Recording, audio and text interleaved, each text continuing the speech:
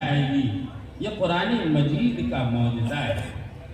ہم اور آپ اپنے سماج کو دیکھیں، اپنے معاشرے کو دیکھیں کہ قرآن مجید کے علاوہ ایک پتلی سی کتاب بھی کسی کو زبانی یاد نہیں ہے، چاہے وہ اسکول کی ہو، چاہے وہ کالج کی ہو، چاہے اور کہیں کی بھی ہو، لیکن یہ قرآن مجید کا معجزہ ہے کہ ایک موٹی سی کتاب 8 سال کے بچے کے سینے میں یہ کتاب سما جاتی ہے۔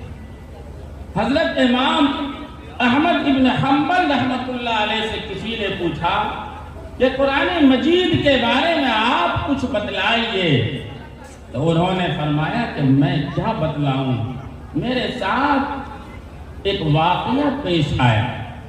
وہ واقعہ کیا ہے؟ انہوں نے فرمایا کہ ایک مرتبہ اللہ تبارک و تعالیٰ کو میں نے خواب میں دیکھا۔ جب خواب میں دیکھا تو سوچا کہ موقع غنیمت ہے، اللہ سے کچھ پوچھ لیا جائے کہ آپ سے قریب ہونے کا سب سے بہترین ذریعہ کیا ہے۔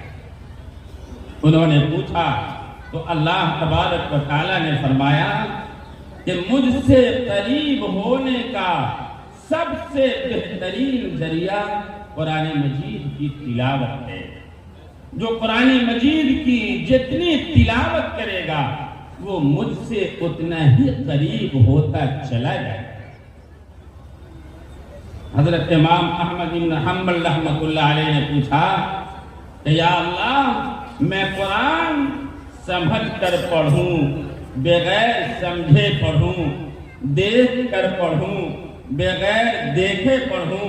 اللہ تبارک و تعالیٰ نے فرمایا کہ سمجھ کر پڑھو تو بھی مجھ سے قریب ہونے کا ذریعہ ہے، بغیر سمجھے پڑھو تب بھی مجھ سے قریب ہونے کا ذریعہ ہے۔ فہمن او کان بلا فہم، سمجھ کر پڑھیں یا بغیر سمجھے پڑھیں لیکن پڑھتے رہیں، یہ اللہ سے قریب ہونے کا سب سے بہترین ذریعہ ہے۔ اس لیے میرے بھائی، ہماری اور آپ کی ذمہ داری یہ بنتی ہے کہ ہم اور آپ قرآن مجید خود پڑھیں، قرآن مجید کی تعلیم اپنی اولاد کو دیں، اپنی اولاد کو قرآن مجید پڑھوانے کی کوشش کریں، اور قرآن مجید کی عظمت کو اپنے دل میں بٹھائے رکھیں، اس کا ادب و احترام کریں۔ یہ ہماری بھی ذمہ داری ہے، یہ آپ کی بھی ذمہ داری ہے۔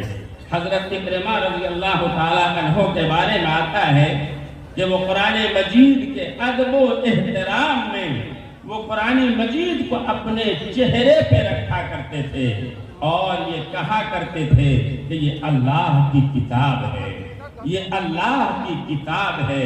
اس طرح وہ کہا کرتے تھے۔ ہم بھی قرآن مجید رکھتے ہیں، آپ بھی رکھتے ہیں، لیکن پڑھنے سے زیادہ ہم اور آپ قرآن مجید کو طاقوں میں سجانے کو زیادہ پسند کرتے ہیں۔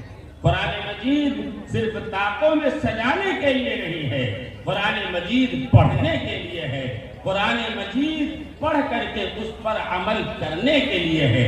اللہ تبارک و تعالیٰ نے قرآن مجید کو اس لیے نازل کیا تھا۔ میں آپ کو بتلاؤں، ایک کتاب کے مصنف ہے میرے استاد محترم حضرت مولانا عبدالسبحان صاحب رحمانی۔ اس کتاب میں انہوں نے لکھا ہے قرآن مجید کی عظمت کے بارے میں کہ ایک کتاب فروش یہ آواز لگا رہا تھا کہ یہ اللہ کی کتاب ہے، یہ اللہ کا کلام ہے، کوئی اگر اسے خریدنا چاہتا ہے تو وہ خرید لے۔ ایک دیہاتی آتا ہے اور آنے کے بعد پوچھتا ہے کہ اس کتاب کا ہدیہ کیا ہے، اس کی قیمت کیا ہے۔ وہ قیمت دے کر کے اس کتاب کو خریدتا ہے، اور خریدنے کے بعد اپنی اہلیہ سے جا کر کہتا ہے کہ یہ اللہ کی کتاب ہے، یہ اللہ کا کلام ہے، اس کا ادب اور احترام ہماری بھی ذمہ داری ہے۔ تمہاری بھی ذمہ داری ہے اور ادب کا تقاضا یہ ہے کہ اس کو تم سر پر اٹھا کر رکھو، اور جب میں کام سے فارغ ہو جاؤں تو میں اس کو سر پر اٹھا کر کے رکھوں گا۔ یہ معاملہ 3 دن تک چلتا رہا، 3 دن تک چلتا رہا۔ تیسرے دن صبح میں جب وہ لوگ بیدار ہوئے تو وہ دونوں حافظ قرآن تھے۔ یہ ہے قرآن مجید کی اہمیت۔ اس کو ہم اور آپ اس طرح ادب و احترام سے رکھیں، طاقوں میں سجانے کے لیے قرآن مجید نہیں۔